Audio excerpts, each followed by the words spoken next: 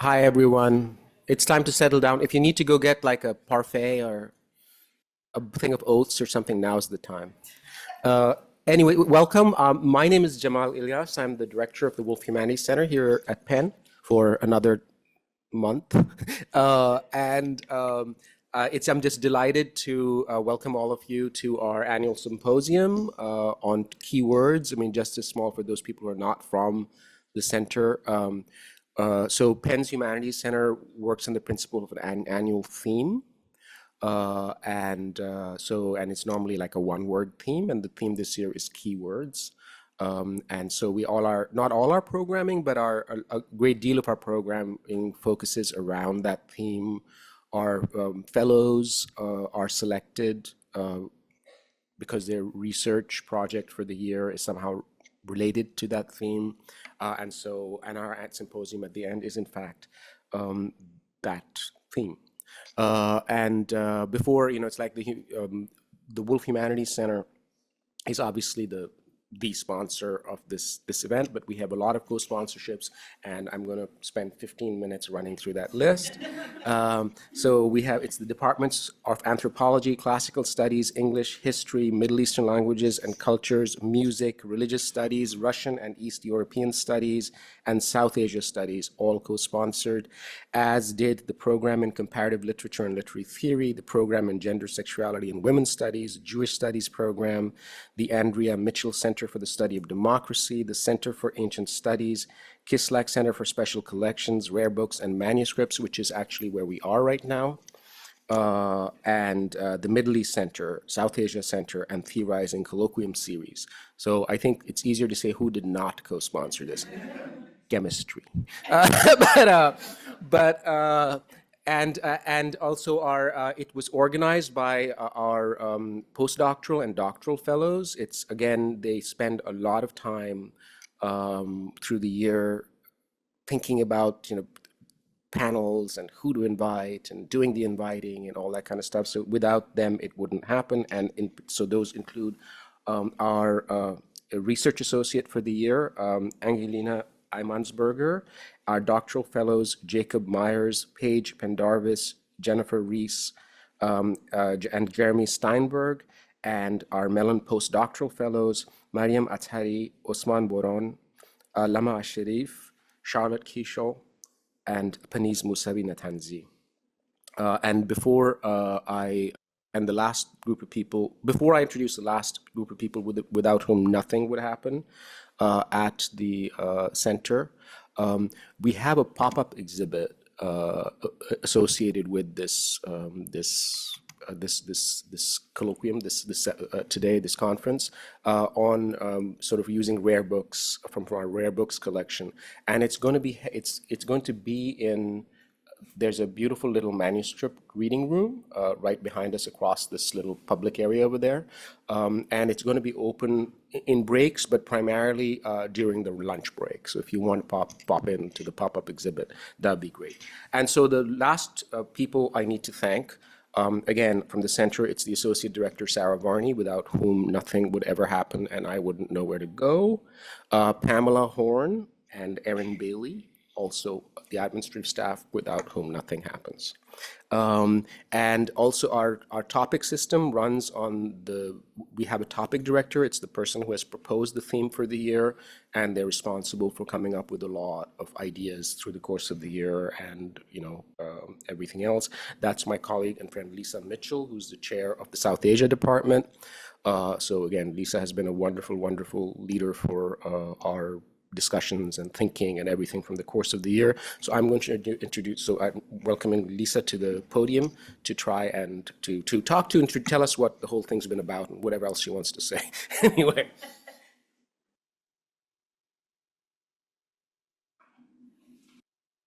Thank you, Jamal. I am so excited for today's program.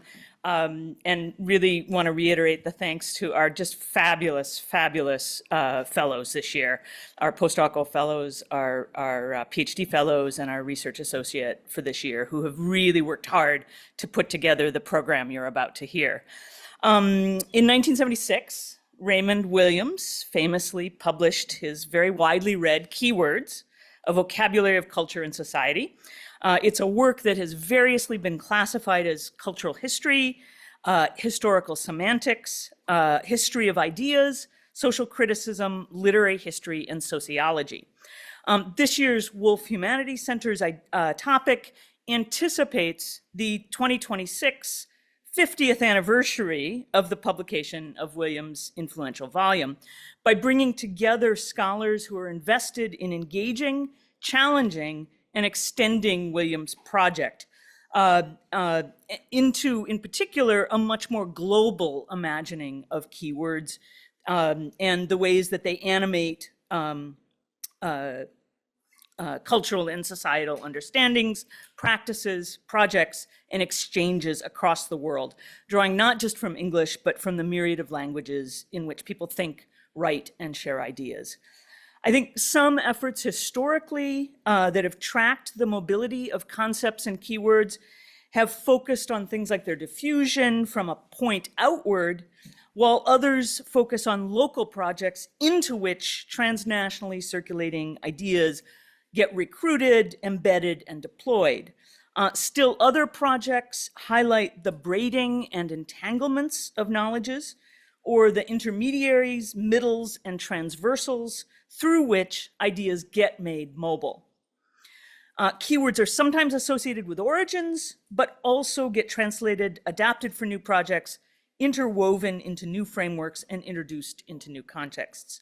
And in the process, the movement of ideas in turn produces new lexicons and reshapes the meanings of adjacent and related terms, concepts, and even fields. Intellectual projects that this year's fellows have been pursuing include attention to single keywords and concepts that have circulated widely or been translated with profound and diverse impacts, or they are considering the models, methods, and innovations that are used to track attention to keywords in specific contexts. Still others are attending to the broader projects or lexicons within which keywords reside or are introduced. As collections, lexicons are sets of words used by persons or associated with languages, dialects, specialized fields, or branches of knowledge. And in the form of dictionaries, glossaries, catalogs, vocabularies, and word lists, lexicons also reflect various kinds of projects of documentation, capture, or even fixing of things which are always in motion. Such efforts have often accompanied the emergence of newly recognizable identities, transnational, national, or regional movements, or emerging fields of knowledge. In this sense, documentary efforts to produce lexicons or generate collections of keywords tend to be particular to specific time periods, locations, projects, and entities like nations, organizations, professions, etc. And these too are objects of the analyses of some of our fellows. Still others are exploring the limits of keywords and asking what attention to keywords might obscure rather than what it illuminates. Together, inspired by Raymond Williams' attention to what he called strong, difficult, and persuasive words, it's been terribly exciting this year to be a part of our Humanities Forum. And I'm so pleased to welcome you all here today to this very, very exciting symposium that all our fellows have worked so hard to produce. Our fellows have chosen 3 keywords around which to focus our discussions today: imperialism, humanity, and aesthetics. And we'll be beginning this morning with our first panel on imperialism.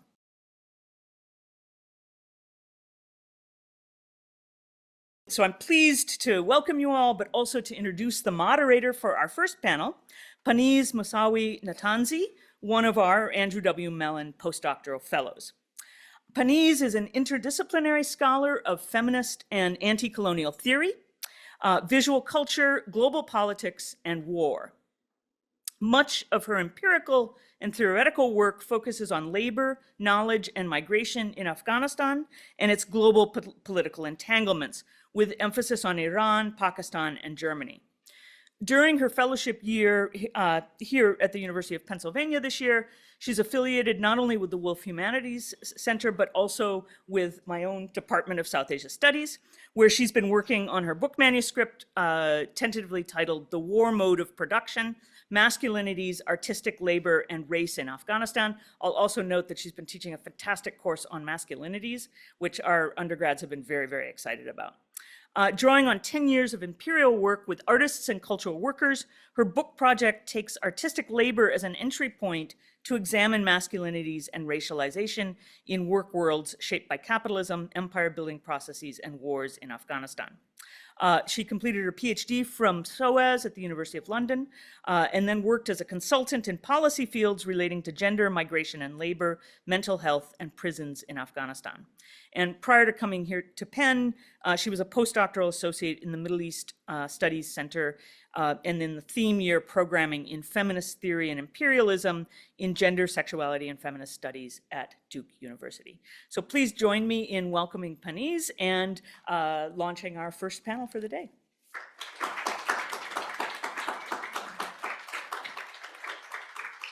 Good morning, everybody. Thank you so much, Lisa.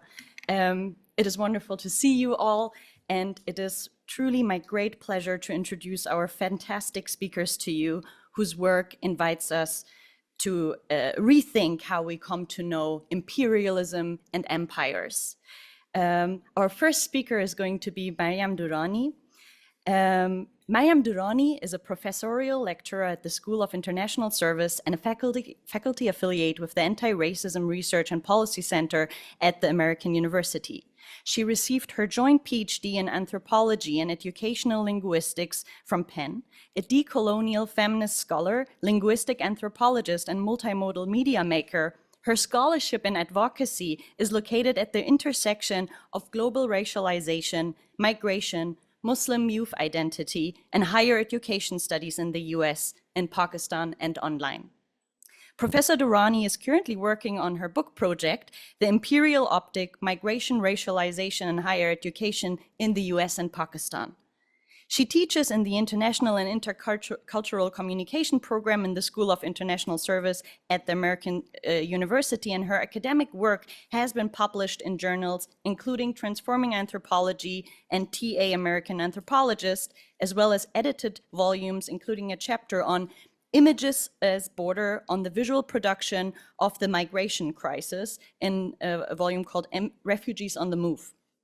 Her research has also been featured in mainstream media, including Teen Vogue, The Huffington Post, and Millennial Politics. So please join me in welcoming Professor Maryam Durrani.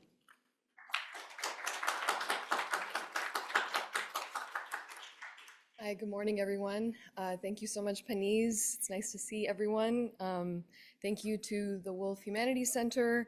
Thank you to Erin Bailey. Thank you to Lisa and Jamal. It's really lovely being back here. It's a real full circle moment for me. And actually some of the themes that I'll be discussing, I originally started thinking about when I was here writing my dissertation. So how do I, sorry. There we go, thank you. So my talk is based on my current book project that ethnographically studies the impact of the US global war on terror and its impact on youth, students, and higher education in the US and in Pakistan. My work offers a relational analysis of US war policies that are specifically designed for youth populations, or what I'm calling youth war policies. The book project is based on multi-sided ethnographic research with two different groups of student participants. One, Pakistani Punjabi Muslim diaspora students at a public urban college in New York City, and the second, ethnic Pashtun Muslim scholarship students at a private gated university in Lahore, Pakistan.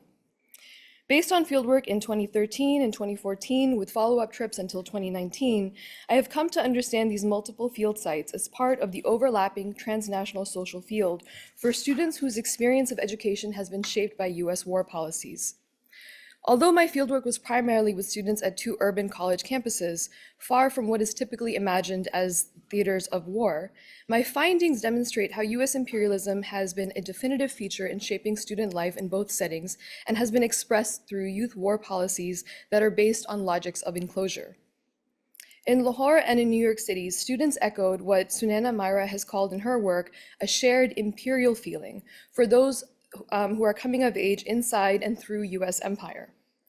In my New York City fieldwork, this looked like targeted NYPD policing, New York Police Department policing, and surveillance of Muslim youth spaces around the city, specifically the MSA or Muslim Student Association club room on campus and their group pages on social media. Racialized profiling and policing of Muslim students in US higher education occurs alongside neoliberal tokenization of Muslim women as the appropriately submissive diversity subjects of higher education.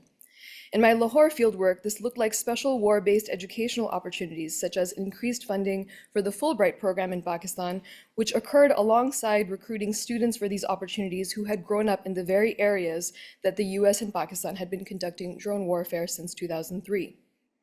For the remainder of my time, I will share two ethnographic vignettes from Lahore and from New York. And through a relational analysis between these moments, my analysis critically unveils the function of these youth war policies. Specifically, I argue that global US war policies are designed to produce particularized educational enclosures in universities based on geopolitical priorities and imperial projects that also function to constrain how students can move on campus, how they can speak, and what future aspirations are available to them.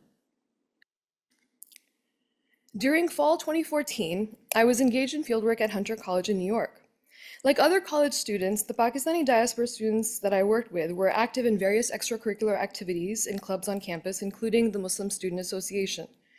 Like most faith-based student clubs, the MSA provided an important space for students to learn and practice Islam in community with peers and friends. At Hunter, chartered clubs were also assigned club rooms, and so MSA students had a club room, which was the only Muslim-centric space on campus where they could gather, rest, study, and offer prayers together. For many students who lived more than an hour away from campus, the club room was also important, was an important place to take a quick nap on the carpeted floor. However, unlike other students on campus, the MSA students had to contend with the fact that the MSA club room had been identified by the New York Police Department as a potential hotspot for radicalization. 2 years before I did my fieldwork, the Associated Press had broken news story that the NYPD had been secretly surveilling Muslim communities since the 2001 passing of the Patriot Act. News about surveillance had reverberated throughout New York and broader US Muslim communities who were already experiencing heightened levels of discrimination and harassment, alongside the progression of the war on terror in their home countries around the world. The AP's Pulitzer Prize-winning report and the NYPD's admission of its targeted surveillance program were crucial for exposing how US national or homeland security policies systematically produced and perpetuated racist ideas that turned anyone perceived as Muslim into a potential terrorist based on dress, appearance, accent, religious observance, etc. During fieldwork, I would sometimes join the students during lunchtime in the club room, where they would linger after Friday prayer. As we shared food, I listened to students reflect and empathize and analyze their experiences of being racialized, sometimes right after the experience with their friends. They talked about how it felt to be discriminated against for their faith and recognized that their identity as Black, South Asian, Arab, or Latino shaped their racialization experiences on campus, on the subway, and around the city.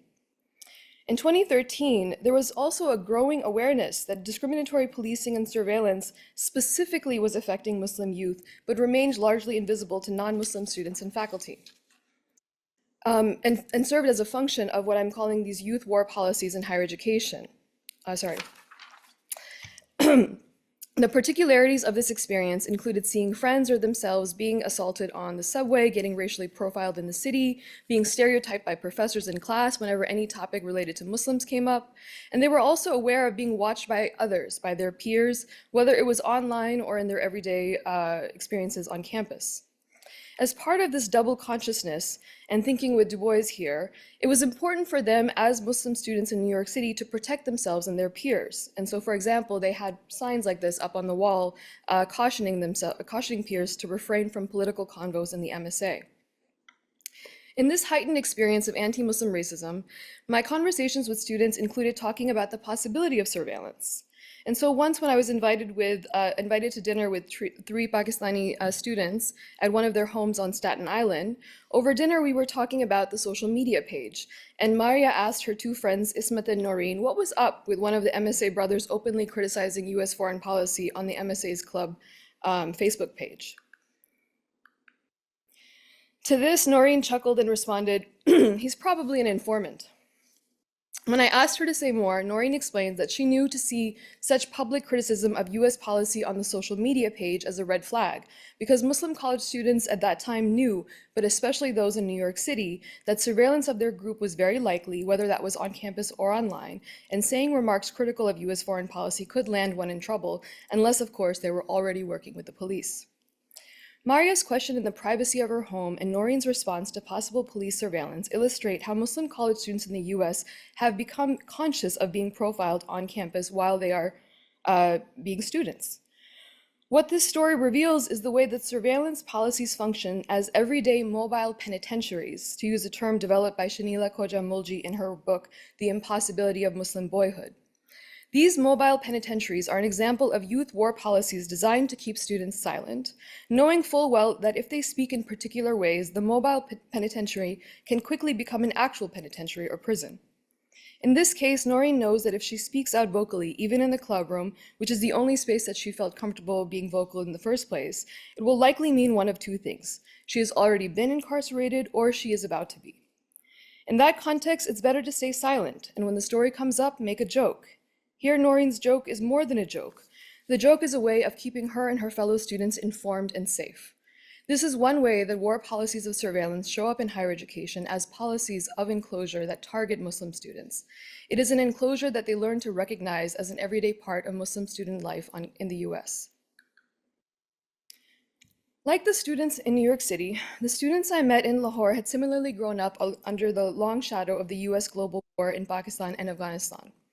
In Nosheen Ali's brilliant work, Delusional States, she explains that the country has long been a shadowland of empire, and perhaps more than any other place in South Asia cannot be made sense of outside of its relationship to US empire and its policies across the region.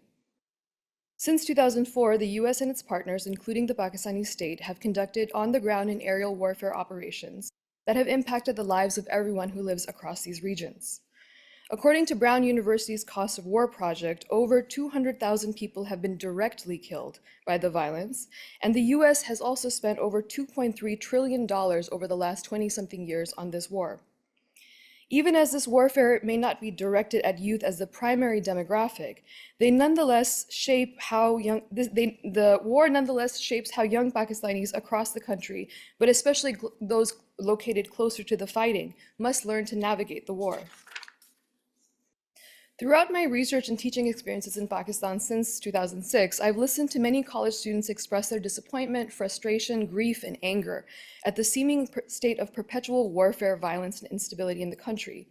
Pakistani youth lives have been shaped by these conditions and remain co-constitutive of US military operations in collusion with Pakistan's authoritarian military regime. In Lahore, I met students at the Lahore University of Management Sciences, LUMS, an otherwise elite Punjabi-dominant college campus.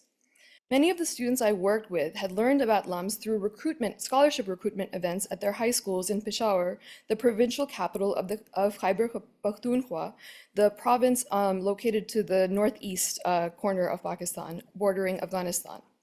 They belong to the Pashtun ethnic group, which is indigenous to KPK, and they were able to attend LUMS with the help of a scholarship, also known as the National Outreach Program, which provided selected students with full tuition, room, and board after a rigorous 2-year recruiting process. As young people growing up in the region, they had witnessed the violence and devastation wrought by the US global wars in the region, and so a college education offered a critical pathway to build a brighter future for themselves and their families. For the students, the scholarship was seen as a blessing that may facilitate future possibilities. For the university, the program was an important outreach program, as the name says, to create more diversity on the otherwise elite Punjabi-dominant campus. Once at LUMS, students became aware of similar diversity-based educational opportunities like the US State Department-funded Global Undergraduate Program, or UGrad, through which selected students could attend one semester at a US college or university. In Pakistan, the UGrad program is coordinated through the US Educational Foundation Program, a nonprofit partner organization in Islamabad. A 2016 UGrad flyer specifies to applicants that they encourage applications from, quote, women, people with disabilities, and people from FATA, the federally administered tribal areas, Khyber Pakhtunkhwa, Jammu Kashmir, Gilgit-Baltistan, and Balochistan. These specifications highlight the program's partiality for minoritized students based on gender, disability, or geographic origin, including areas where most of the people are Pashtun or other ethnic minorities. Spatially, these areas are located on Pakistan's western border, and as I said before, these are the areas that have been disproportionately impacted by warfare as well as climate disasters. The program's preferences for ethnic minority students from KPK made UGRAD a very popular option with the scholarship students that I worked with. In fact, of the 10 focal participants that I worked with, 6 of them came to the US during their university period. Over the years, I kept in touch with students during their exchange experience, as they moved back to college, and when they graduated, ultimately moving on to their postgraduate lives. In 2019, I was very happy to meet Farhan, who I had first met when he was a first-year student.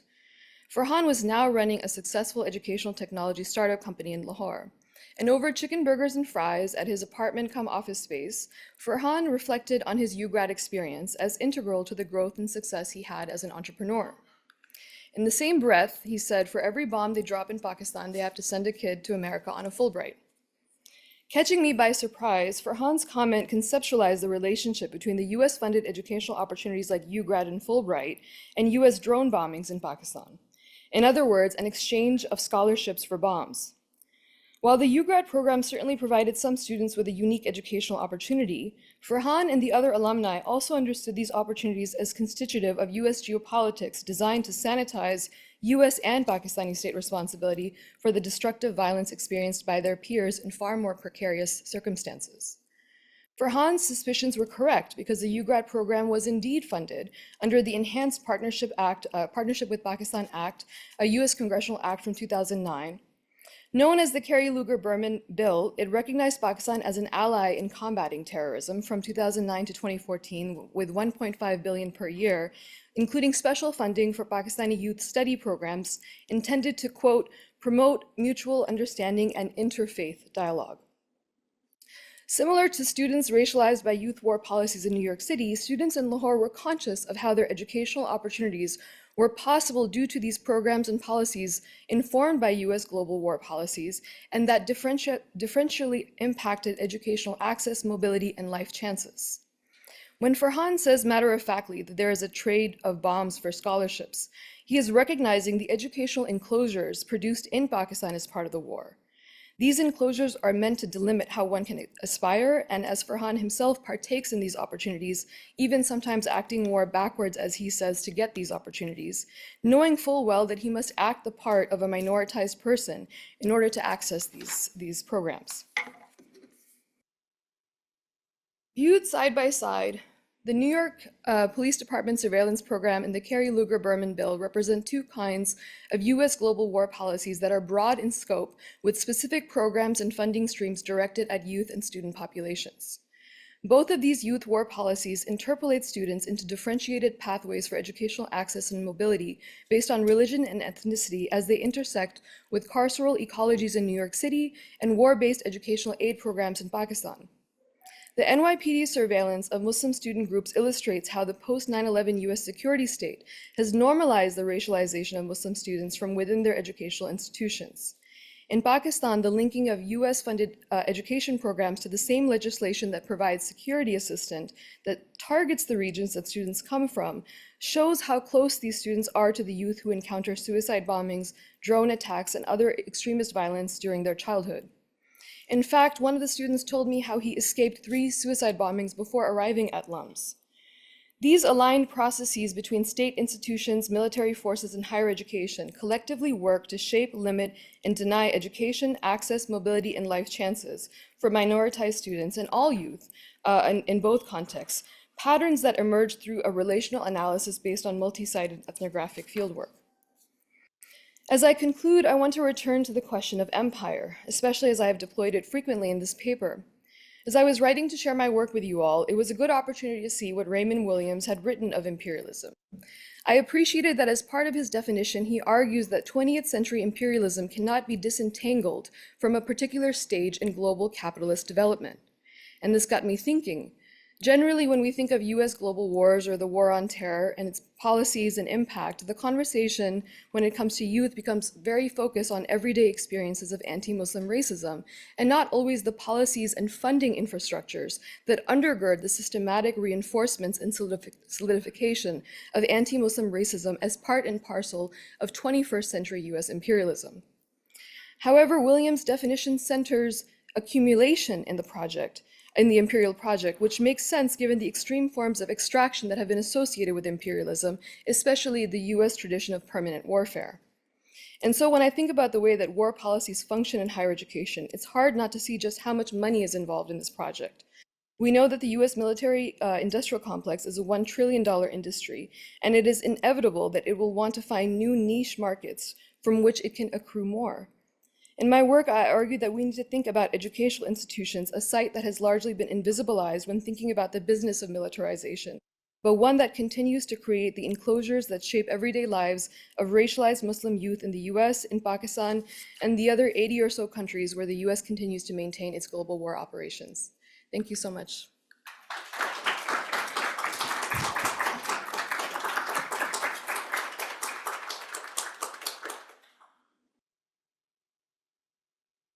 Thank you very much, Mariam.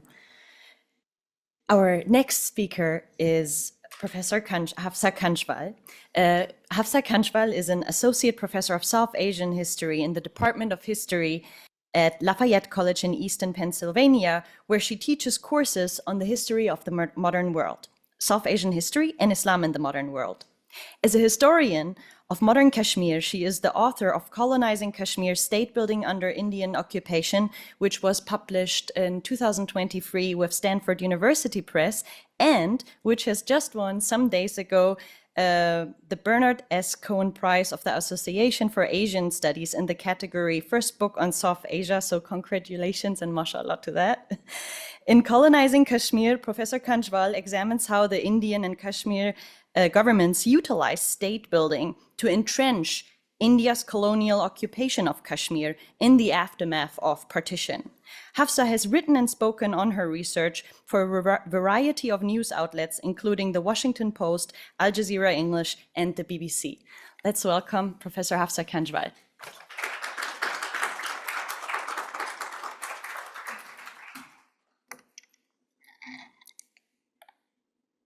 Hi, everyone. Thank you so much to Panis for the kind introduction, and also to the Wolf Humanities Center for inviting me to participate.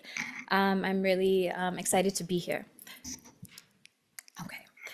So in April 1955, at a closed session of the Asian African Conference in Bandung, Indonesia, India's first Prime Minister, Jawaharlal Nehru, spoke forcefully about the need for countries in Asia and Africa to refuse to join either great powers, the United States and the Soviet Union, and to remain unaligned. Arguing that alignment with either power during the Cold War would degrade or humiliate those countries that had just come out of bondage into freedom, Nehru maintained that the moral force of post-colonial nations should serve as a counter to the military force of the great powers. At one point, Nehru chided the Iraqi and Turkish delegates at the conference who had simultaneously spoken in favor of the Western Bloc and the formation of NATO, while lamenting the continued French colonization of North Africa. Nehru said, "We must take a complete view of the situation and not be contradictory ourselves when we talk about colonialism. When we say colonialism must go, and in the same voice say that we support every policy or some policies that confirm colonialism, it is an extraordinary attitude to take up." A few years later, in 1961, along with the leaders of Yugoslavia, Indonesia, Ghana, and Egypt, Nehru became one of the founders of the non-aligned movement. Having lifted the yoke of British colonialism, India presented itself as poised to take on the moral and political leadership of the decolonizing world. This was perhaps to be expected, especially given that India was the largest and most populous country to become independent from European colonial rule. The story of India's anti-colonial struggle, too, had been mythologized by the nonviolent resistance offered by Indian figures such as Mahatma Gandhi. Nehru, too, was perceived as a charismatic and well-read leader who spoke for the people of Asia and Africa.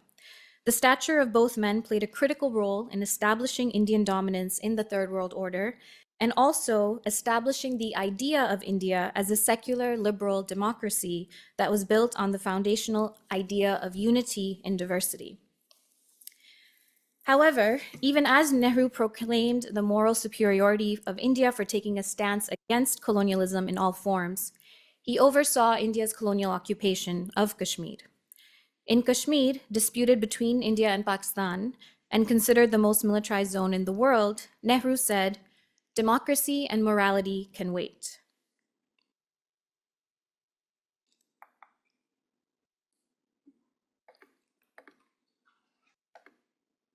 Sorry.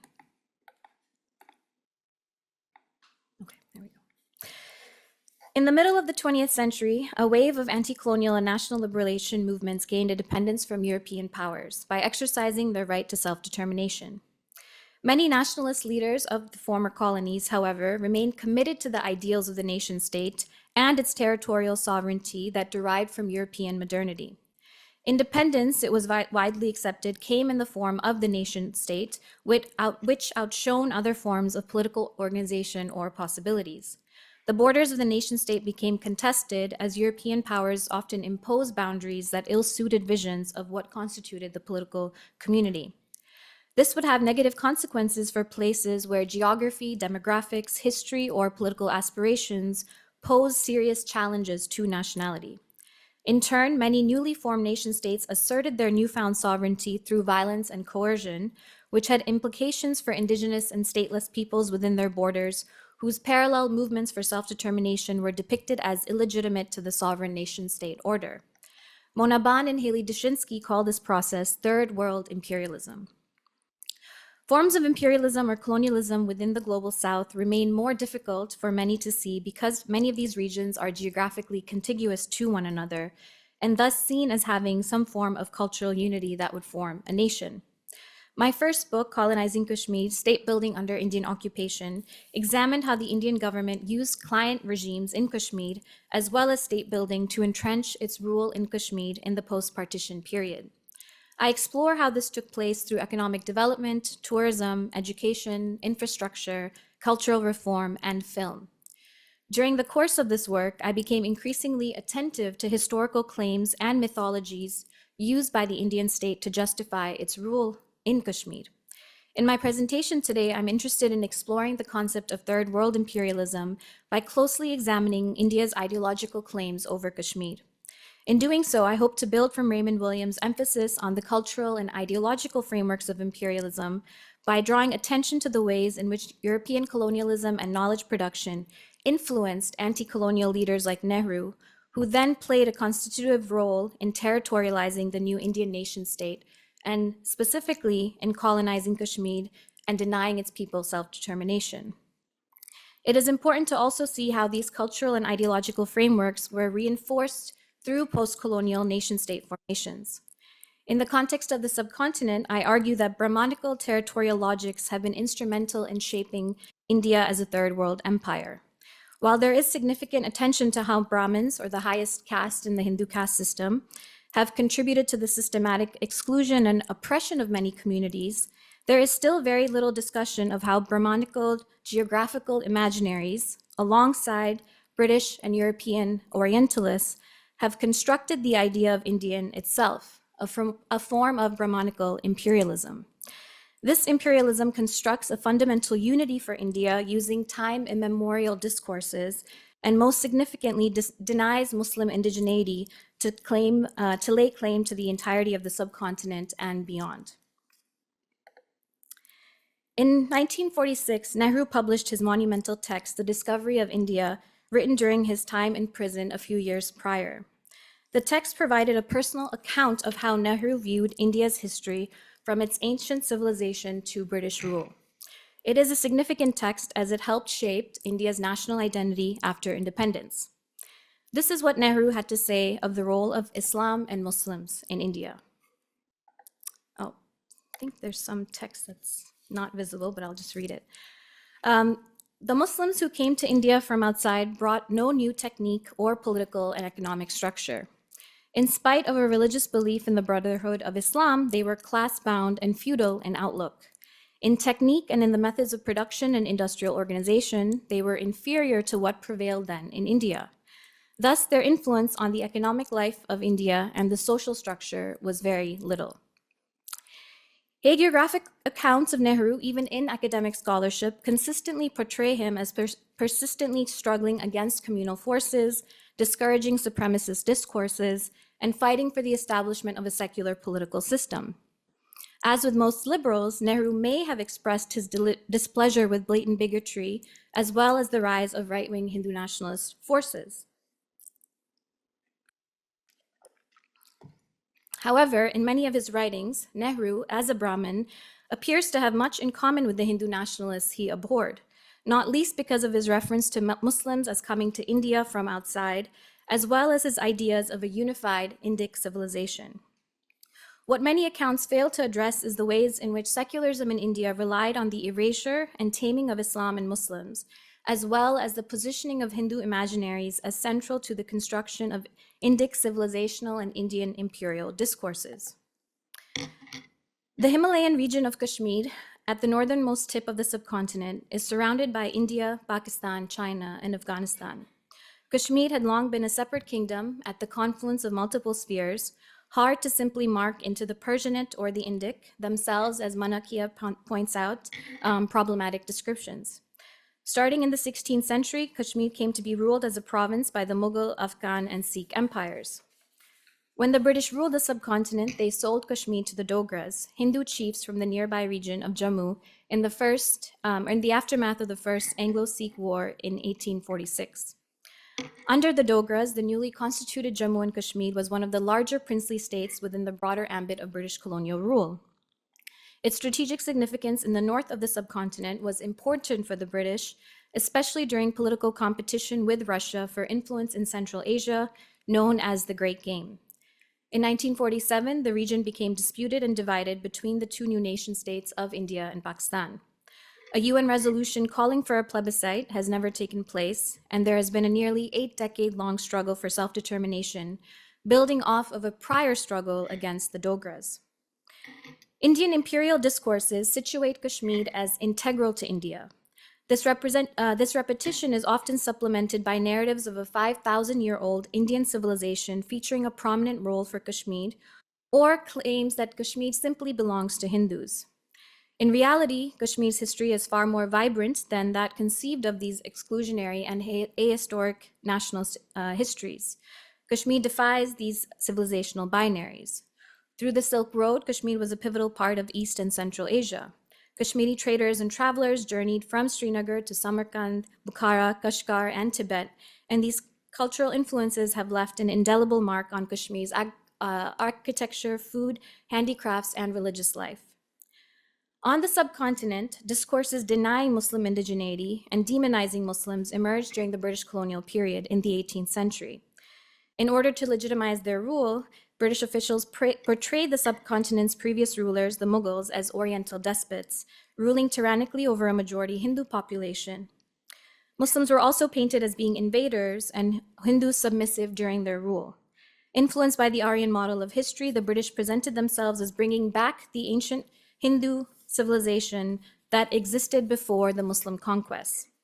In developing their understandings of the subcontinent's past and present, the British worked primarily with upper caste scribes called Pandits, who encouraged the British to view Brahmins as the predominant group in Indian society. Over time, both Hindu nationalists and secular nationalists internalized these discourses of Muslim despotism, foreignness, and communal contexts or conquests.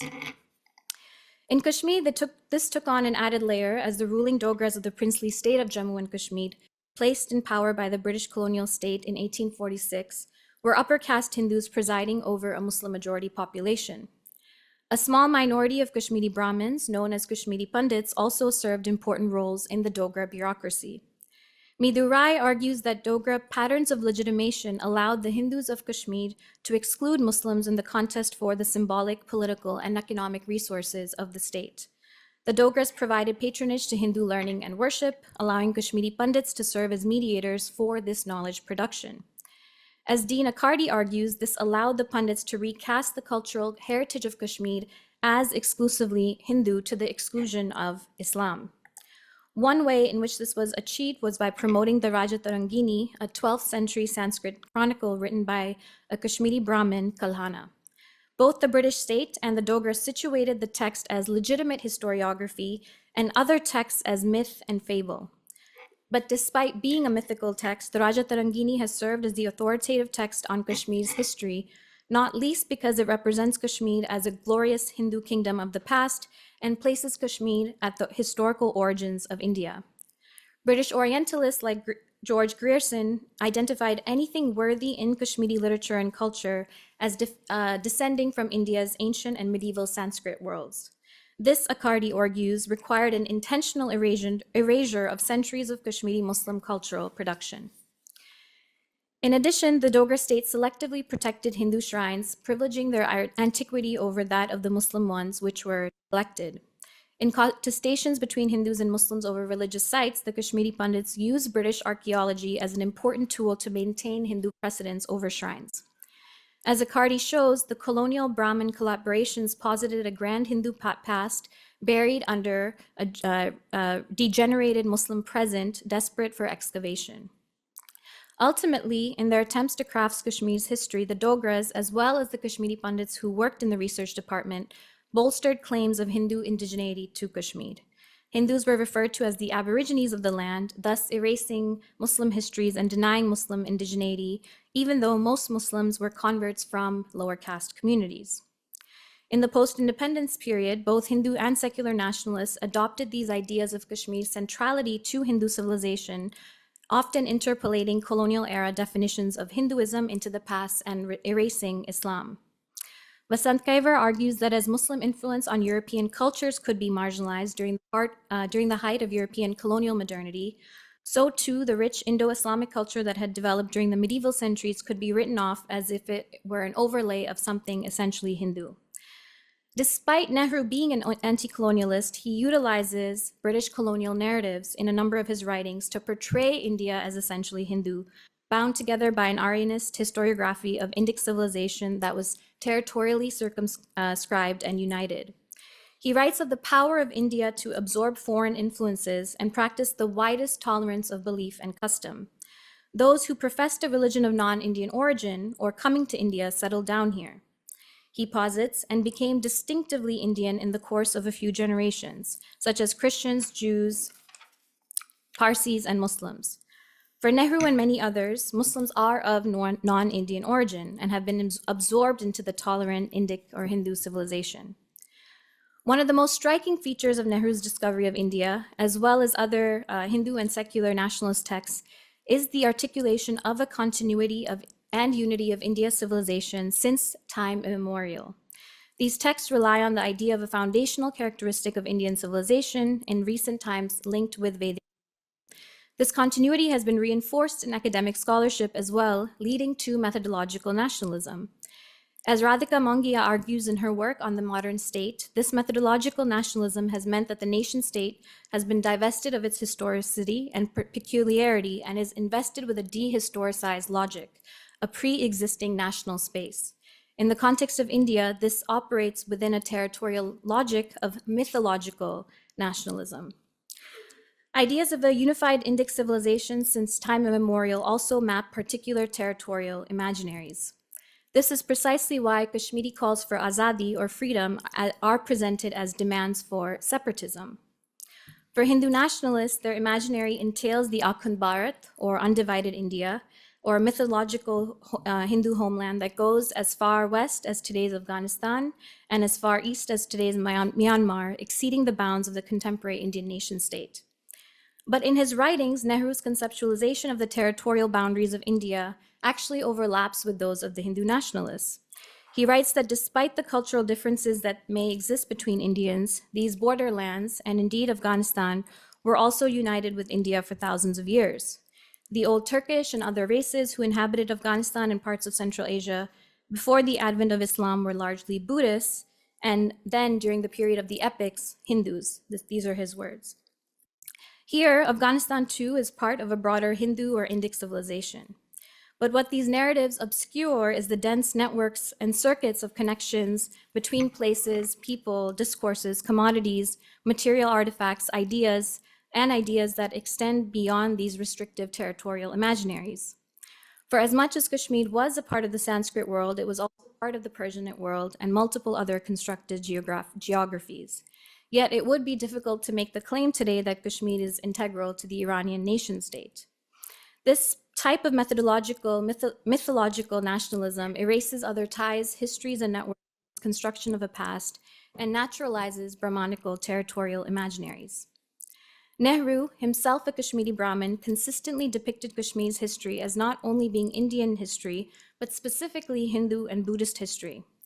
For Nehru, Kashmir was for long a great Sanskrit center of Buddhist and Brahmanical learning, and situated at the center of the great Indian empires. His references to various sites of interest in Kashmir foregrounded Hindu and Buddhist sacred geographies. In the discovery of India, there is no mention of Kashmir's significance for Islamic or Muslim histories or sites. The only reference to Kashmir and Islam is dismissive of the latter. The whole text isn't showing. In Kashmir, a long continued process of conversion to Islam had resulted in 95%, this is Nehru's words, 95% of the population becoming Muslims, though they retained many of their old Hindu customs. In the middle 19th century, the Hindu ruler of the state found that very large numbers of these people were anxious and willing to return in bloc to Hinduism. He sent a deputation to the Pandits of Benares inquiring if this could be done. The Pandits refused to countenance any such change of faith, and there the matter ended. In his discussion of mass conversions to Islam, Nehru does not directly state, and as many Hindu and other nationalists do, that these conversions were forced. Yet he did not explain that most Kashmiris were Muslim because they were lower caste converts who sought liberation from the Brahmanical caste system. He denies the significance of Islam for Kashmiri Muslims in declaring that they actually retained many of their own old Hindu customs, but also falsely referring to a desire by Kashmiri Muslims to return in bloc to Hinduism, only to be denied by the Pandits of Benares. Most importantly, he adopted the discourses of the British colonial state, the Dogra state, and Kashmiri Brahmins in bolstering the authority of Raja Tarangini. He claimed that unlike the Greeks, Chinese, and Arabs, the Indians were not historians, which is what made the possibility of a historical chronology very difficult. Yet, he argued that there's really only one old book, Kalhana's Raja Tarangini, a history of Kashmir written in the 12th century AC, which may be considered a history. For the rest, we have to go to the imagined history of the epics and other books, records, inscriptions, artistic and architectural remains. To depict the Raja Tarangini, which was a mythological text that is situating Kashmir as a uniquely Hindu space, as the only book that may be considered as history, is striking. If India and Kashmir were essentially Hindu, why was it then important for Nehru to highlight Kashmir's Muslim majority status in multiple speeches and letters before, during, and after India's occupation began in 1947? India and Pakistan had gone to war over Kashmir, each claiming the region. Nehru craftily deployed Kashmir's Muslim majority status to bolster India's credentials as a tolerant secular state, especially in comparison to its rival, Pakistan. Nehru's Indian National Congress portrayed to the international community an image of Pakistan as an Islamic theocratic communal state and India as a democratic secular republic. Narratives that only heightened after UN intervention in Kashmir called for a plebiscite to take place in 1948. For Indian nationalists, holding on to Muslim majority Kashmir would signal the failure of Pakistan, as well as the logic behind the two-nation theory upon which Muhammad Ali Jinnah based his demand for Muslim sovereignty. Thus, India's nationalist leadership claimed Kashmir on account of their belief in its inherent Hindu history and identity, while simultaneously deploying its Muslim majority status to assert the Indian government's secularity for the international community. This paradox is only possible if Kashmir's Muslimness can be downplayed or co-opted. Here is where the modern state and secular nationalist regulation, instead of complete erasure of Muslimness, comes to the fore. As mentioned earlier, Kashmiri Muslims were still acceptable for Nehru because they had retained their own old Hindu customs. Indian discourses continuously represented Kashmiri Muslims as not so Muslim, or as practicing a form of Sufi Islam that was different from the other Orthodox Muslims of the subcontinent. For the Indian nation state, Kashmir's Muslim identity had to be modified through terms such as syncretism or Kashmiriyat as not too Muslim. His only recognition of a Muslim ruler of Kashmir was Zainul Abidin, a 15th century ruler of the Muslim Shamiri dynasty, who, according to Nehru, became famous for his toleration and his encouragement of Sanskrit learning and the old culture. Here, Muslimness is only acknowledged and valid if it can be of some service to India's inherent Hindu identity. For Hindu nationalists, however, Muslim belonging was not necessary. In the early 1950s, Shama Prasad Mukherjee, who's pictured here, was a key leader in the Jan Sangh, one of the leading Hindu nationalist right-wing organizations after Indian independence. He led an agitation against Nehru and the Indian National Congress for their appeasement of the Muslims of Kashmir by granting the Kashmir state a special status within the Indian constitution and some form of nominal autonomy. The Jan Sangh has been described as an ideological and political precursor to today's BJP. Alongside right-wing Hindu groups in the Jammu and Kashmir state, they pushed for one constitution, one prime minister, and one flag, and the removal of Kashmir's special status. In 1953, Mukherjee wrote that, quote, "If the Muslims of Kashmir do not want to remain with us, let them go away, but Kashmir must and will be ours. This is a vital matter for the security of India." For Hindu nationalists like Mukherjee, Kashmir's significance as a Muslim-majority region was not important. They were not interested in bolstering India's secular credentials. Yet, the territory of Kashmir was integral to their idea of a Hindu homeland. Kashmiri Muslims were dispensable. They were not needed in this new nation. For Hindu nationalists then, if Muslims were not willing to be subordinate in a Hindu India, they would face exclusion, removal, and elimination. For both Nehru and Mukherjee, though, holding on to Kashmir, the territory, was integral. Nehru hoped that alongside the territory, Kashmiri Muslims could be assimilated into India, while Mukherjee was only concerned with the land.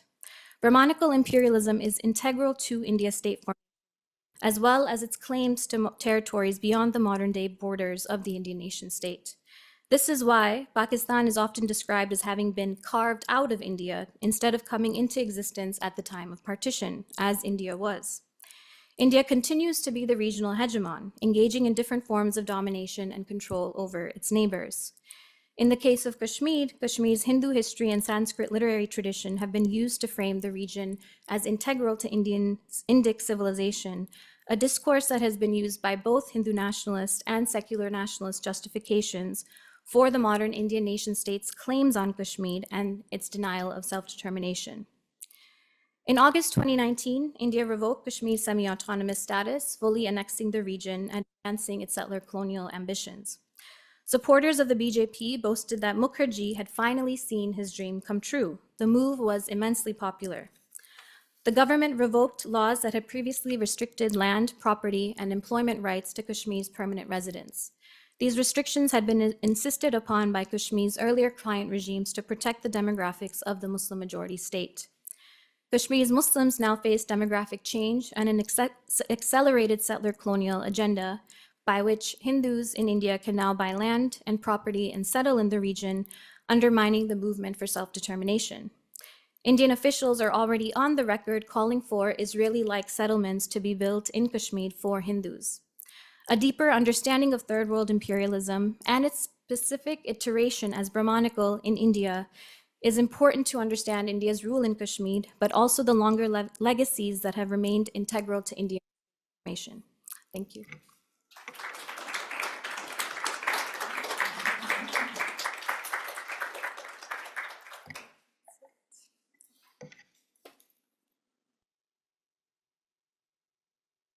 Thank you so much, Hafsa. Last but not least, I'm very, very excited to introduce to you Professor Anna Storti. Anna Storti is an assistant professor of gender, sexuality, and feminist studies at Duke University, where she also teaches in the Asian American and Diaspora Studies program. Her first book, Torn, Asian White Life and the Intimacy of Violence, is forthcoming with Duke University Press. Her next project spotlights the practice and cultures of vice. Her research has been supported by the McNair Scholars Program, the Andrew Mellon Foundation, and the Institute for Citizens and Scholars. Her scholarship has been published in Women and Performance, a journal of feminist theory, Frontiers, a journal of women's studies, feminist studies, Asian Diasporic Visual Cultures and the Americas, as well as Difference, a journal of feminist cultural studies, among other venues. Her poetry can be found in Sinister Wisdom, a multicultural lesbian literary and art journal. Please join me in welcoming Professor Anna Storti.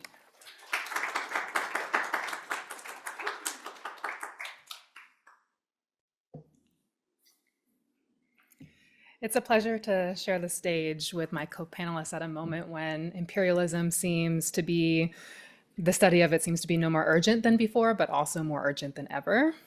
So what I hope to add to our conversation is a focus on what Williams would call the residual effects of imperial violence, and I'll do so through a series of close readings that appear in my first book, which theorizes US empire through its subtleties. My thanks to all the organizers for coordinating my stay here and for the invitation.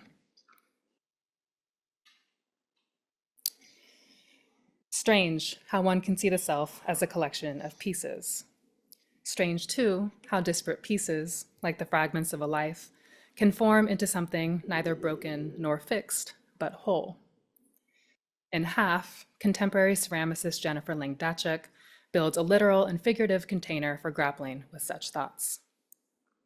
Part of the permanent collection in Houston's Museum of Fine Arts, Half is a pair of porcelain powder puffs with porcelain molded chicken feet as their handles. On the left, a puff made of purchased black human hair stands on a blue and white Jingdezhen pattern, a style synonymous with Chinese porcelain. On the right, an unmarked white puff with hair from her father's blonde toupee. The puffs, used to conceal faults on the skin, deliver a flawless rendition of the artist's race. Like me, Dacek is of both Asian and white ancestry. Two halves make a whole. But if we were to observe the blue and white patterned puff, paying attention to its position, its edges, we would see that it is firm, resolute, and alongside the white edifice. There is touch, there may even be a bond, but there is no subsuming into the other. The line where color meets white is a border marking a rupture, an ending, a tear. I see a refusal to unify or belong. Despite what structurally appears as one cohesive piece, there is a split. Coveted by the West for its pure white color, porcelain originated in China around the 10th century and played an integral role in imperial trade when it was introduced into Europe through Asian imports in the 14th century. Renowned as white gold, porcelain's ascension into a global luxury item galvanized Europeans to discover the secrets mastered by the Chinese for working with porcelain in spite of its seemingly impossible properties, both strong and delicate, impenetrable yet receptive to color. That the chicken feet, a delicacy in many Asian cuisines, stand tall as handles on these objects of domesticity and beautification gestures to something explicit. Asianness remains, even as it changes. With the middle finger pronounced, there seems to be an underlying gesture of defiance in this rendition of what Anne Chang calls ornamental femininity. Rather than forced fusion, which here might mean condensing two halves into one lone puff, the artist interprets mixture as a process of becoming twice as much. On her terms, Dacek fashions Asian white racialization as a synthesis between difference, touch, and the imperial conditions that brought Asianness and whiteness together. Strange indeed how one can see the self as a collection of pieces, torn together. To speak of being torn together is predictably to speak of violence and then to speak of intimacy. But suppose we take this analysis a little further to consider it a sign of the intimacy of violence. A deceptively simple combination of words, the intimacy of violence theorizes the pervasiveness of violence through the language and practice of intimacy. Whereas intimacy conveys closeness, sexuality, and a method of connection, violence subsists through a more excruciating variety. It can be described as colonial, imperial, state-sanctioned, epistemic, racist, sexual, gender, to name just a few, making it profoundly challenging to fully escape and account for. Resisting any easy definition, the intimacy and violence both name amorphous relations. Brought together, the intimacy of violence extends an invitation to study violence through the ways it courses through patterns of intimacy, be it romantic love, sexual desire, domestic living, national belonging, and other relations of closeness.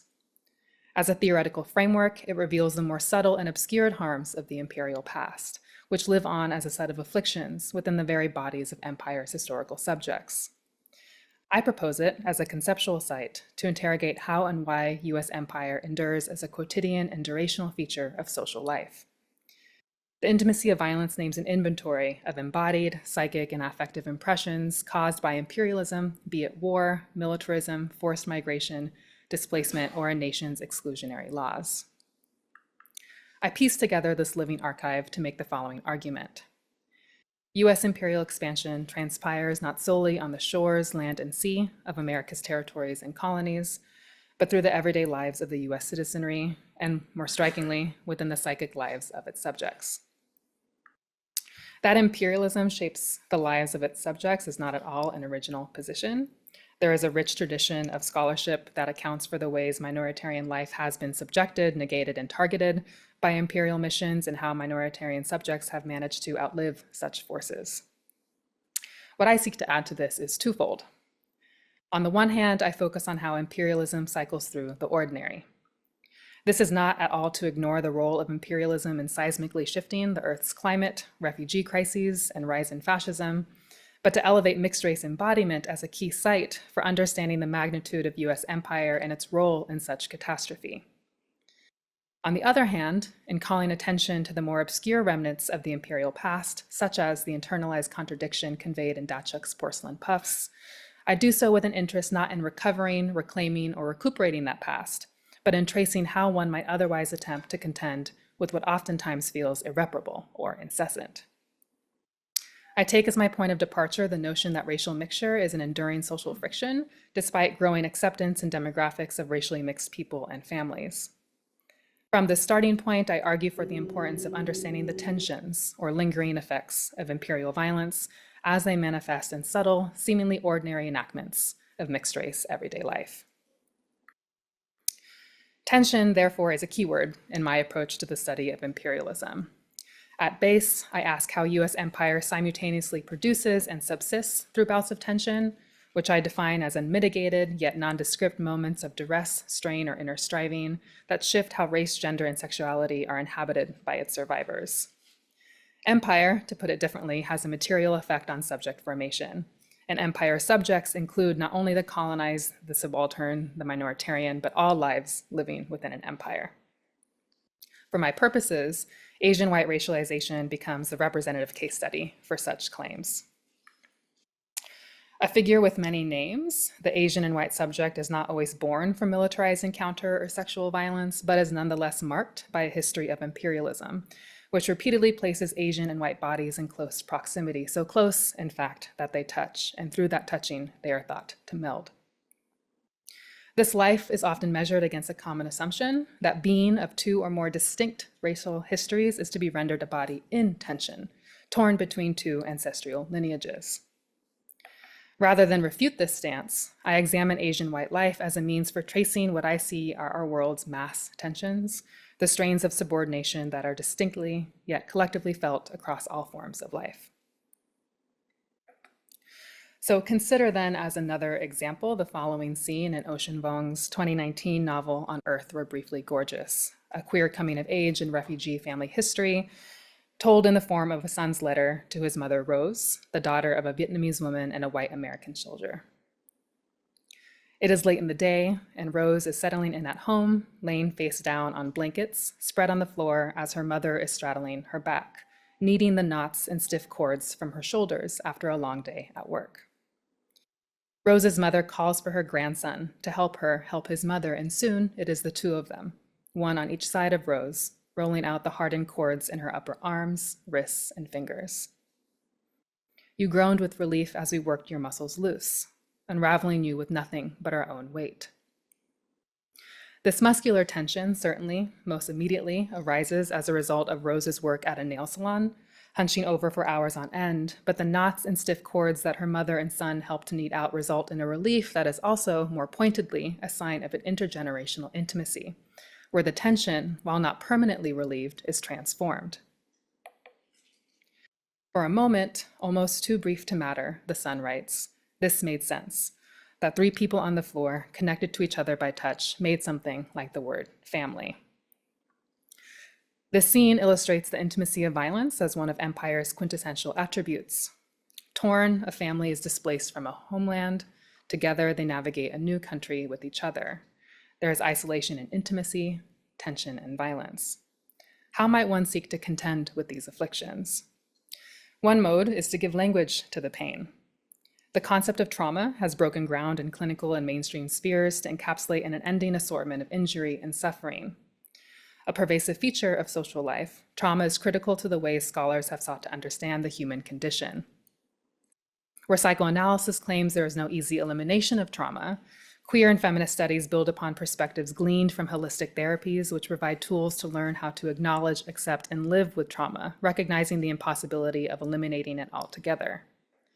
What I seek to account for, on the contrary, are the ways one might encounter trauma and all it stands in for, beyond the acts of preventing, eliminating, or adapting to it. How, in other words, do diasporic subjects touched by empire otherwise contend with the intimacy, the closeness of its violence? To answer this question, I engage tension as an epistemological measure and methodological anchor. My focus is on how one moves through tension, reconfiguring the shape of empire's residual forms. Think of the meditation on wholeness and animacy encrusted in Dachok's porcelain powder puffs, or the scene in Vuong's novel. In the latter case, Rose's muscular pain becomes an occasion for familial intimacy, where tension is neither destroyed nor disavowed, but transformed, made into something that, as noted by the son, evokes family, but also calls to mind what Dachok summons in Half. An embodied state of having been touched and torn by imperial contact, and yet together, as though to be torn is simply a sign of being part of something larger than oneself. So for those who haven't read it, On Earth We're Briefly Gorgeous follows a family whose matriarch is Lan, the boy's grandmother, who worked as a sex worker for American GIs in Saigon. During those years, she became pregnant from a white American client and gave birth to Rose. Mixed, the daughter stood out among her peers. The children called her Ghost Girl, called Lan a traitor and a whore for sleeping with the enemy. These children would cut Rose's auburn-tinted hair and rub feces on her face to make her skin, and on her face and skin to make her brown again, as if to be born lighter was a wrong that could be reversed. At 5 years old, the same girl watches from afar as her schoolhouse collapses in a napalm raid. She never returns to school and thus never learns to read. By the time the family flees Vietnam for a refugee camp in the Philippines, Rose is a wife with a baby boy. Once the family obtained asylum and resettled in Connecticut, the son's Vietnamese father is imprisoned for beating his mother. Rose and Lan both exhibit signs of post-traumatic stress. The first time the boy remembers being hit by his mother, he was 4, and he was teaching her how to read. In other beatings, Lan uses her body as a shield to protect her grandson from her daughter. When does a war end? The son writes. This query summons Viet Thanh Nguyen's assertion that all wars are fought twice, the first time on the battlefield, the second time in memory. For war survivors, the intimacy of empire's violence persists even after asylum. Here, the battles forged in the memory of war show that memory is not simply a faculty of the mind, but an embodied affair, where the aftermath of war produces bouts of tension, ranging from sore muscles to domestic violence and laying a hand on a child.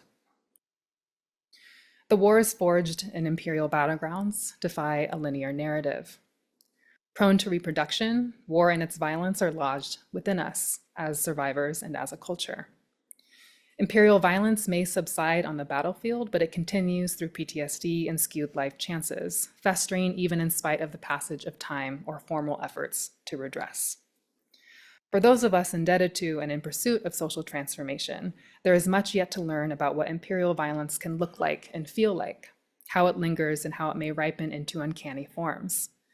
To begin that work, one must first come to terms with the conceptual plight. There is an intimacy to violence when surviving violence, as we all have to varying degrees, means not that the violence has come to an end, but that it has begun a new trajectory, where the living is left with the burden that is the fortune of living in spite of a violence that ceases to end. Survival, that is, names a condition of finding intimacy with violence's permanence. So I'll now steer us towards an exercise in juxtaposition, thinking Ocean Vuong alongside Frantz Fanon. So first, Vuong. Towards the end of the novel, the boy writes to his mother, "All this time I told myself we were born from war, but I was wrong, Ma. We were born from beauty. Let no one mistake us for the fruit of violence, but that violence, having passed through the fruit, failed to spoil it." Here is a passage that points toward diasporic possibility, a rupture that releases the body and its bloodlines ever so slightly from the hold of violence. The boy confronts America's imperialist force with a sensorial recognition, pointing towards the body's ability to store past injury. Violence enters the fruit, but this arrival need not be a death sentence. While Vuong's words do not supply the details of violence's escape, they reassure the reader that it can in fact depart, leaving the body intact. It enters, it passes. Even as this rendition of poetic justice fails to apply to every refugee story, Vuong makes a world in which it is possible, overwhelming me with a series of questions. What must one do in order for the violence to pass through the fruit? If the fruit indeed is not spoiled, does it taste the same as it did before? I wonder about the undeniable smell of rotten fruit and where the violence goes when it leaves. Does it vanish, fade, or dissolve? Like sweat, does it evaporate from the skin, becoming salt waiting to be rinsed off? Or does it scour to find another and go in for the kill, like salt to a wound? For Vuong, the intimacy of violence is that it punctures us, but it can leave us too. His words summon the unique injury ignited by the many arms of US militarism, articulating a grief with the potential neither to transform nor transport, but rather to shift the gaze back towards us, an urgent lesson in survival and self-determination. For Frantz Fanon, the mood is quite different. If Vuong's characters are simultaneously touched and untouched by violence, the subjects of Fanon's once banned The Wretched of the Earth are instructed to be the sinner that sinks their teeth into violence, that forbidden fruit. Through a psychoanalytic inspection of colonialism, Fanon is famous for arguing that colonized populations, people who, in the colonizer's eyes and enforcement, exist outside the bounds of humanity and its moral codes, must resist colonization through the only language the colonizer understands: violence. Speaking specifically about Algerian struggle against French colonial rule in the mid-20th century, Fanon defends the use of violence as the only true counter to a dominant military presence. Of crucial importance, however, is his resolution that using violence to facilitate decolonization will prove incomplete unless the residue of violence is removed from within. Imperialism, which today is waging war against a genuine struggle for human liberation, sows seeds of decay here and there that must be mercilessly rooted out from our land and from our minds. Imperialism leaves behind seeds of decay, that is to say, violence enters the fruit. Briefly gorgeous, the wretched of the earth are susceptible to indelible wounds that mar and threaten to spoil the fruit. Like on earth, the wretched offers another lesson in life's prerequisites. Anticipating the power of nations that wield violence on a devastating scale means to become intimate with violence, learning its expanse and continuation, so to acknowledge how violence, like imperialism, leaves behind seeds of decay that one must mercilessly attend to, which ultimately becomes a process of attending to the tensions that stem from the permanence of war. So in no uncertain terms, searching for the intimacy of violence is my attempt to gain deeper clarity on the ways empire refuses neat conclusion, which may seem obvious in the era in which we gather, one of resurgent fascism and ongoing genocide. We are indeed bearing witness to the perpetual imperial boomerang of governments, administrations, and academic institutions who extend militaristic techniques developed in war and in colonies only to then deploy them onto their own citizens and students. These violences tear at us, but we too can tear away from the structures of settler colonialism, empire, and racial capitalism that make these forms of violence seem ordinary or unstoppable. In a poem titled Torn Map, Naomi Shihab Nye encapsulates this interpretation of torn: a tearing we endure, a tearing we enact. A prolific poet and writer of children's books, Nye is the daughter of a white American mother and a Palestinian father who became a refugee during the 1948 Nakba. Here, the accidental tearing of a map is a welcome departure from reality, doubling as an act of wishful thinking and speculation. Once, by mistake, She tore a map in half. She taped it back, but crookedly. Now all the roads ended in water. There were mountains right next to her hometown. Wouldn't that be nice if it were true? I'd tear a map and be right next to you. A tear is not a break. To that which is torn in half, there remains a potential for reconnection. Taped back together, the map, though ripped, is better now. All roads lead to water, a home near mountains. The distance between two no longer exists. A tear is not a break, but an opportunity. I sense longing and agency, two positions that define the past conditional temporality, what Lisa Lowe describes as a productive attention to the scene of loss. Wouldn't that be nice if it were true? The poem does not beckon one to presume change is so simple. It does, however, drag the structural threat of division into center frame, insofar as the yearning that appears on the last line is at the fault of imperialism and its civilizing mission. These are the reasons a separation takes place. As is the case of occupation, borders, partition, displacement, and even defection, a war-torn map is a matter of life and death. And speaking of being torn, I am not suggesting mixed-race life is inherently injured, tragic, or partial, nor am I convinced that it is somehow a privileged domain of empathic living. It merely functions as an example of what can fester when one fails to face the conditions that tear us away from one another. Thank you.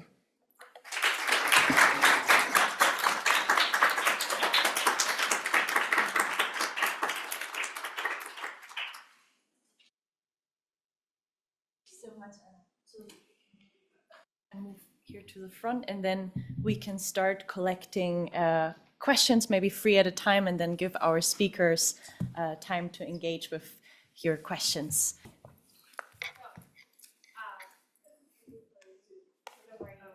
Hi, great. Thanks so much for a great panel. My name's Shah Kishal. I have a question for Hafsa. I guess I wanted to understand, or to invite you to speak about methodologically how you, as a historian, trace the interaction between Brahmin imperialism and third world imperialism and Hindu nationalism in its imperial iterations.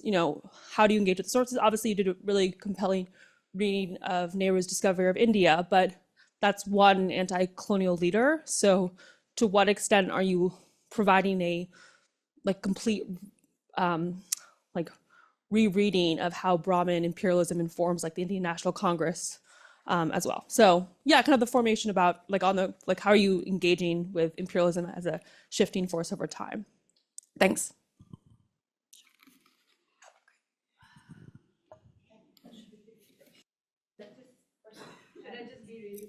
Well, no, it won't work on Zoom if you just speak really loud. Thank you so much.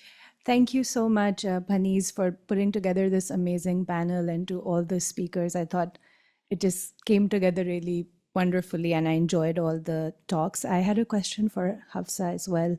In the spirit of kind of extending the thrust against methodological nationalism, I wanted to invite you to sort of move across the border into Pakistan-occupied Kashmir, as we should call it, and not Azad Kashmir or Free Kashmir as it's designated by Pakistan. And I was curious to hear about how, what your thoughts are on how these two projects of fighting Indian third world imperialism and a Pakistani version of the same, which has a very different kind of symbolic structure, which relies on, in fact, a kind of Sunni Muslim dominant imperialist identity, right? Or set of sort of mythologies, to be specific. So I was curious to hear also, more just about on the ground also efforts or from Kashmiri intellectuals who are trying to also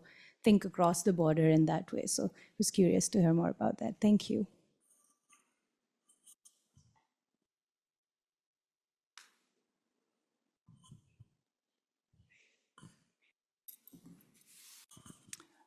Thank you all. This was a great panel. Thank you, Panis, for organizing it.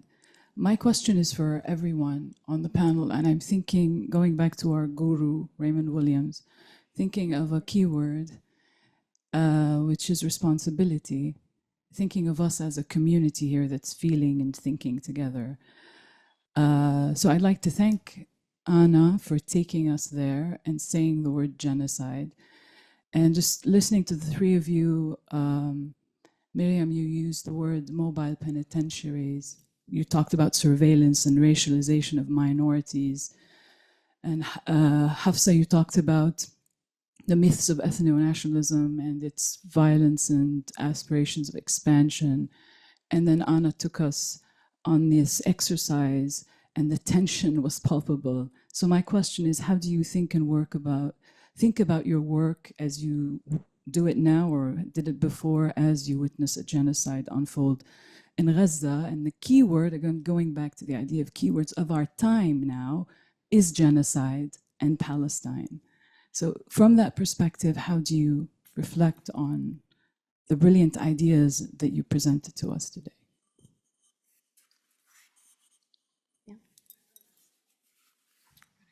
Okay, sure.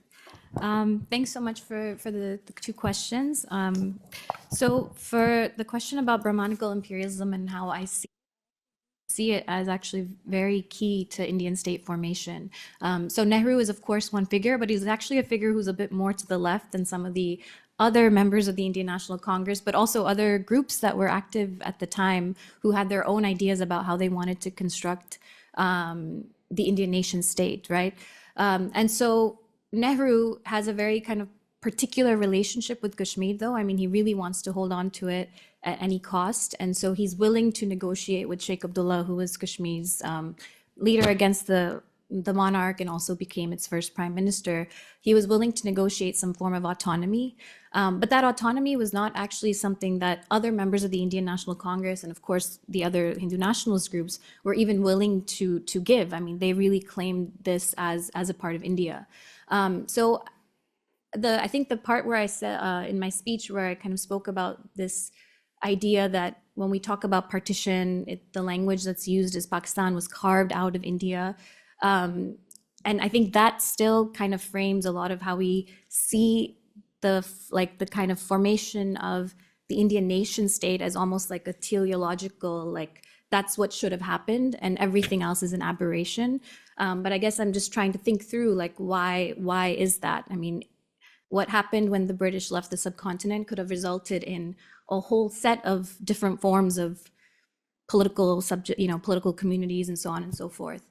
But I think this idea of Brahmanical imperialism really helps us think about how India's state formation occurred and how then you kind of see how India acts as an actor, as a global actor, as linked to that as well.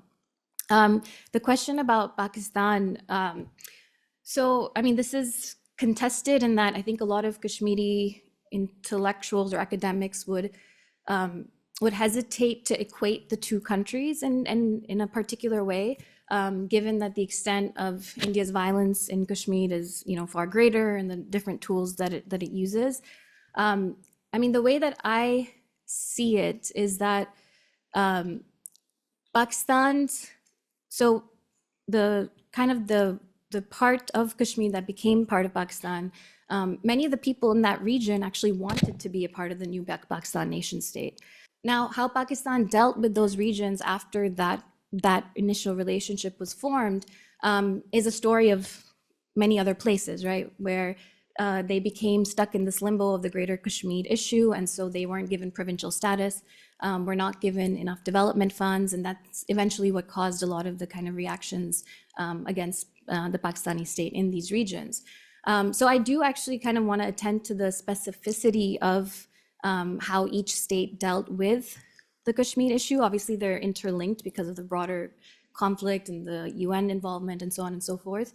But I think, Pakistan's claims are, very modern in that it's the two-nation theory, and it's that the people in the region were Muslim majority, they wanted to join Pakistan, etc. But I don't think that's a claim that's like India's claim, which actually has a much more like deep-rooted mythology. So I think there is a distinction in terms like the actual claims that are being made as well.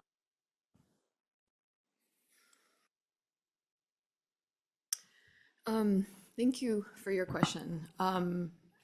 there's a lot that I would like to say on that topic, but I'm going to try to make a few points. So yes, of course, my research focused on how Muslim students in New York City navigated college, and similarly in Lahore. And originally, when I did my fieldwork, there was hesitation that I had in terms of how Muslimness was going to show up in the fieldwork.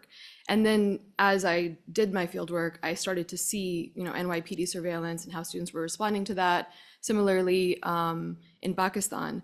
But the part that I didn't really talk about is, as I was doing my fieldwork and then I came back to Penn to write my dissertation, the NYPD surveillance program spread as far as Penn. It was actually across New York, New Jersey, and Pennsylvania. And the reaction on campus at that time was largely invisible. Muslim students, of course, knew what was going on. The MSA had a meeting in the Grad Student Center. We invited CARE lawyers to come, but there was no real response on campus. At that time, the president, I think, gave a private comment to the students, but nothing more. And I think in the last, since October 23, being in DC and observing the reactions that have happened across higher education, it's impossible not to see these continuities that have been building in US higher education for a very long period. And there's an interesting way that I think when I present my work now, audiences are able to connect it much more quickly than they did 10 years ago, when I used to get questions like, why are you looking at these two things in relationship to each other? And the other question I loved, well, what about India? So I think part of what I'd like to pull out from what I discussed today in relationship to this idea of responsibility is the fact that at these institutions, we are witnessing various versions of these same phenomena in ever increasing significance and impact on campuses. And so I think the question is, yes, what is our responsibility? Not just in terms of talking about it, but also recognizing that we are actively making the university every single day. So how are we doing that work? How are we responding to conversations in faculty meetings when concerns about student issues are brought up? Again, we're all part of this conversation. So yes, I think that's a very, very pertinent and urgent question. I agree. I love the question about responsibility. I'm hearing Gramsci organic intellectual, which is what I endeavor towards. I remember reading that in undergrad and thinking, okay, this is what I want to do. And I think as someone who in undergrad was like a student activist, and I think that now that I'm a faculty member, I'm really trying to contend with what does it mean to support students in this moment. Because even though we're all suffering, we're not all suffering the same. I have students who are coming to me thinking about whether or not they want to pursue graduate school. And as someone who started graduate school, I guess over 10 years ago, it's a very different moment. It was always contentious. It was always going to be challenging and competitive and a risk, and you can never believe that you might get a job. But it's a different moment now when so many of the students that I teach are students who are directly impacted by the loss of DEI efforts, which is also something for me that I am thinking about, because I don't think DEI was ever the solution. So it's funny to then kind of just want to hold on to it and to kind of sense the collective misery at the threat of losing diversity, equity, inclusion, which is always a ruse. I think like it was a policy of enclosure. I love that you brought that terminology into the fore. So I mean, I think when it comes to responsibility, as much as I, am trying to think about like a mundane form of support, I also lean towards what does it mean for me to be trained in a field like Asian American Studies, and its efforts to continue to think about BDS and All Eyes on Palestine. But I'm also thinking about what is the project of the humanities in this moment. I love that we're here talking about Raymond Williams in the way that we're like contending with what culture means and how words shift and change. What does democracy mean right now? What does nationalism mean right now? And you get yourself in a room with different family members, and you can easily see how the words you use to describe gender is a scary term. Critical race theory is a scary term. And so I think it's always interesting for me to engage the question of pedagogy. And I've been on leave since the fall, So I feel so out of touch because so much seems to have changed. I'm trying to think ahead towards when I'll be back in the classroom in the next fall and thinking about AI and the way that I can try to structure a way to engage and help students form an analytic, because I do feel like the one thing that we're losing is a willingness to take our time and develop, whether it's a paper or our thoughts. There's so many ways that we can easily grab a solution because the internet has become, you know, the technological force that Williams was probably on track to suggest. So I think that there, with our responsibility, comes also a sense of pace with that. What does it mean to be patient and in spite of the urgency that we're in?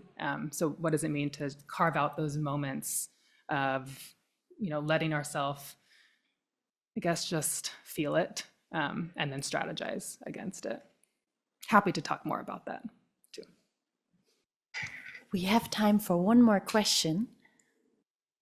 Yes, Professor Manakia.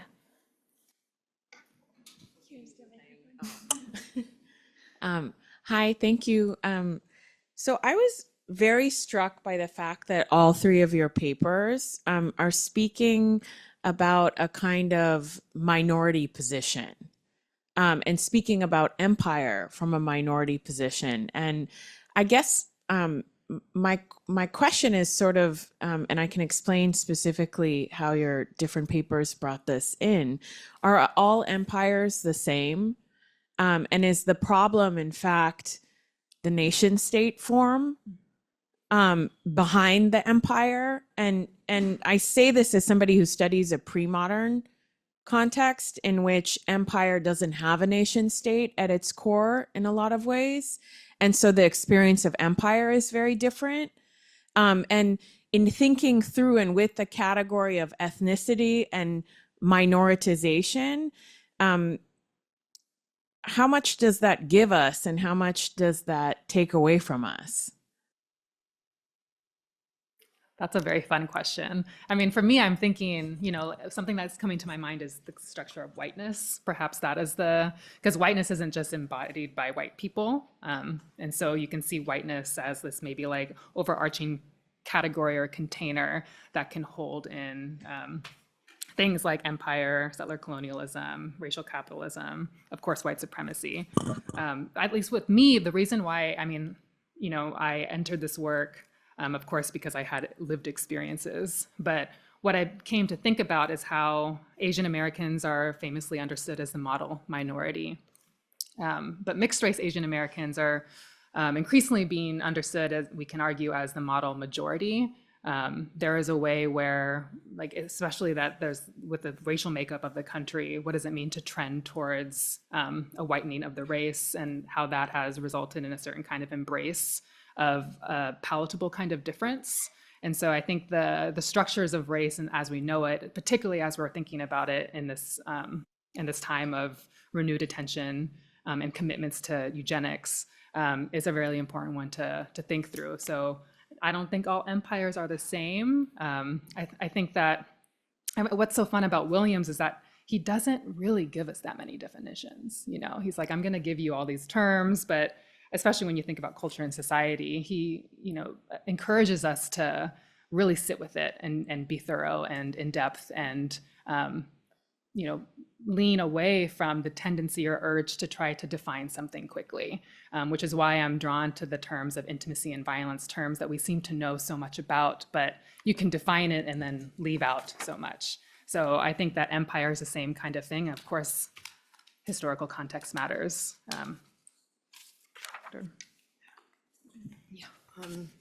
Thank you for provoking us to think further about kind of what are the connections between nation states and current forms of empire.